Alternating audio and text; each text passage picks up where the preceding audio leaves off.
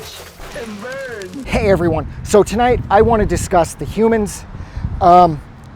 It's funny too, because this movie, when I saw the trailer for it like a year ago or so, I had wrongfully made the assumption that this was going to be a simple slice of life movie where it shows this really normal family, the Blakes, and the normal going-ons that happen throughout the course of maybe spending a couple hours with them. I knew that this took place over Thanksgiving dinner, so I figured that maybe there'd be some sort of friction here and there. Maybe someone would get in an argument about something, politics or religion, except other than that, there wouldn't be much going on because, like I said, I figured this would be more of like a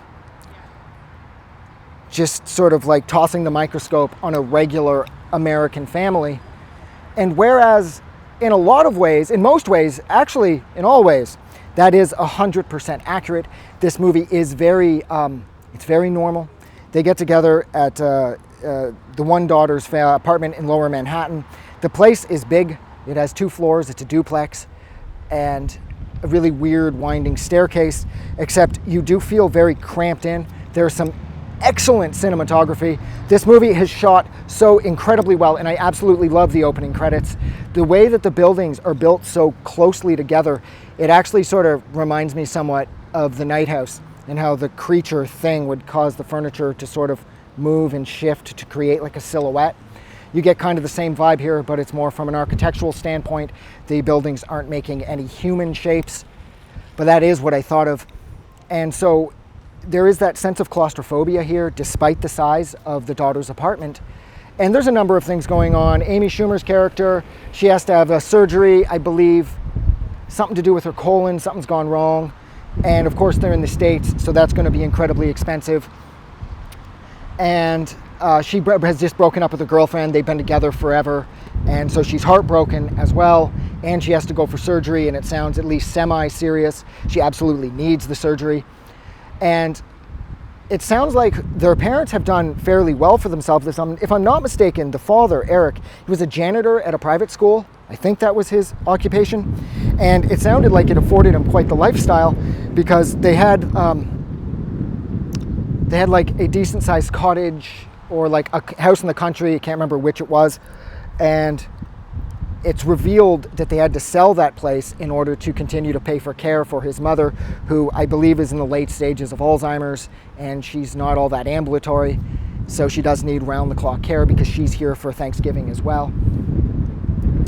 And of course, the kids don't really understand why they had to sell the house, and then a little while longer, things happen, nothing too bad. The one daughter talks about how some piece of classical music that she composed for something or other wasn't selected, and the father kind of gives her shit about that because there's no reason to get down because you just keep trying and yada, yada, yada. And I kind of got the vibe that her father could be a little overbearing. And so everything is very normal. And then it's revealed that the father lost his at least somewhat cushy job as, I believe, again, a janitor at some private school because he had an affair with a teacher. And he signed some document saying that he would adhere to some, I don't know, disciplinary clause where he would uphold the high moral standards of the school, and cheating on his wife and banging a teacher that works there is clearly in violation of that, so they can fire him, and they took his pension. So he had to get a job working at Walmart, except he couldn't get a job working at his local Walmart because he was worried about bumping into some students who would know him. So he had to go to the Walmart a ways out. So that's putting more stress on him and his wife. And his wife, although she seems kind of stoic through everything, there is one part where she's alone and she starts to cry. And I get that because, you know, when your significant other, your husband in this case, they cheat on you after being with them for years and years and years, that really has to hurt. And so there is a lot going on in this movie.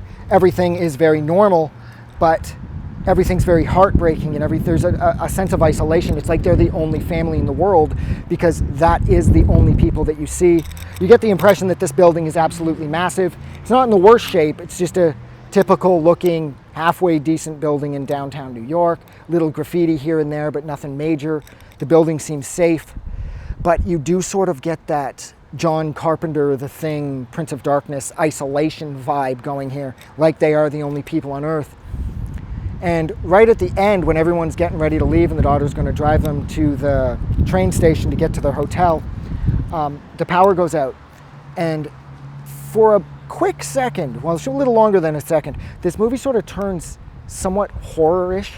The father's trapped with his guilt and everything he's done wrong, especially cheating on his wife.